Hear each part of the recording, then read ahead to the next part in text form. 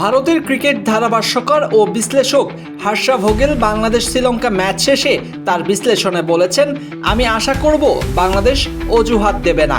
যখনই বলবে আমরা ভালো খেলিনি তখন আপনি ভালো খেলতে পারবেন।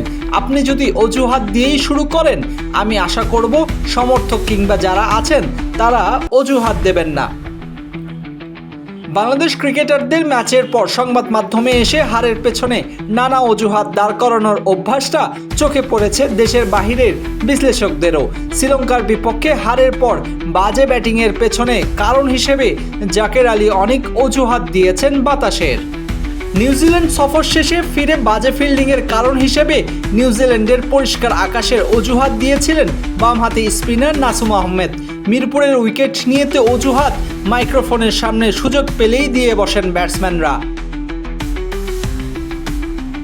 হংকংয়ের বিপক্ষে বাংলাদেশের ধীরগতির ব্যাটিং, গোটা ইনিংসে মাত্র দুটো ছক্কার পেছনে কারণ হিসেবে অধিনায়ক লিটন দাস অজুহাত দিয়েছিলেন মাঠের আকৃতি বড় হওয়ার। শ্রীলঙ্কার সঙ্গে হারের পর বাজে ব্যাটিংয়ের অজুহাত হিসেবে যাকে সামনে এনেছে পূব দিক থেকে বয়ে আসা বাতাসকে। যেহেতু গরম ছিল, বাতাস একটা ফ্যাক্ট, এই জিনিসটা মাথায় রাখতে হয়। আমি যেটা আগেও বললাম যে দুই পাশে মারা যায় না, এক পাশে গ্রাউন্ডে বেশি খেলতে হয়, আরেক পাশে আপনি মারতে পারবেন যে পাশে বাতাসের হেল্প। বাংলাদেশের ব্যাটসম্যানরা এভাবেই দায় চাপিয়েছেন প্রকৃতির ওপর। তাহলে হয়তো প্রকৃতি চায়নি অযোগ্য কোনো দল জিতে যাক, কারণ দিনের পর দিন ছোট দলের বিপক্ষে টসে জিতে আগে ব্যাটিং করে নিজেদের ব্যাটিং সামর্থ্যটা পরখ না করে সেফ জয়ের হাততালির জন্য খেলতে আসা দলটার যে আসল চেহারা বেরিয়ে এলো পূবালী বাতাসেই। অজুহাত প্রবণ ক্রিকেটারদের সঙ্গে আছেন একদল উগ্র সমর্থকও। দলের বিন্দুমাত্র সমালোচনা কেউ করলেই তাকে সামাজিক যোগাযোগ মাধ্যমে হেয় করাটা যেন তাদের অভ্যাস। ভারতের সাবেক ক্রিকেটার ও ধারাভাষ্যকার মুরলী কীর্তি তো বলেই দিয়েছেন, বাংলাদেশের ক্ষেত্রে আবেগ ও উন্মাদনার কোনো অভাব নেই, কিন্তু তারা কি সেটাকে আন্তর্জাতিক পর্যায়ে ধারাবাহিক পারফরমেন্সে রূপান্তর করতে পেরেছে? কিন্তু সেটা হয়নি।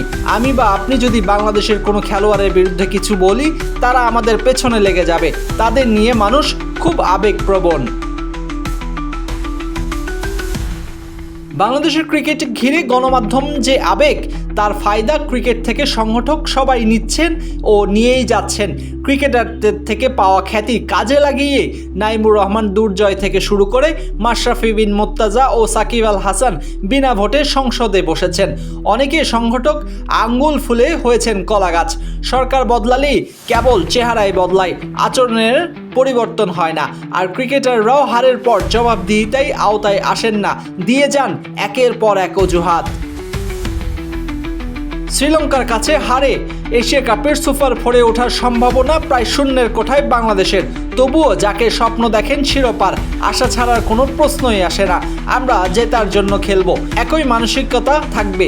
এই ম্যাচেও আমরা জেতার মানসিকতা নিয়ে এসেছিলাম, হয়নি। পরের ম্যাচেও জেতার মানসিকতা নিয়েই নামবো।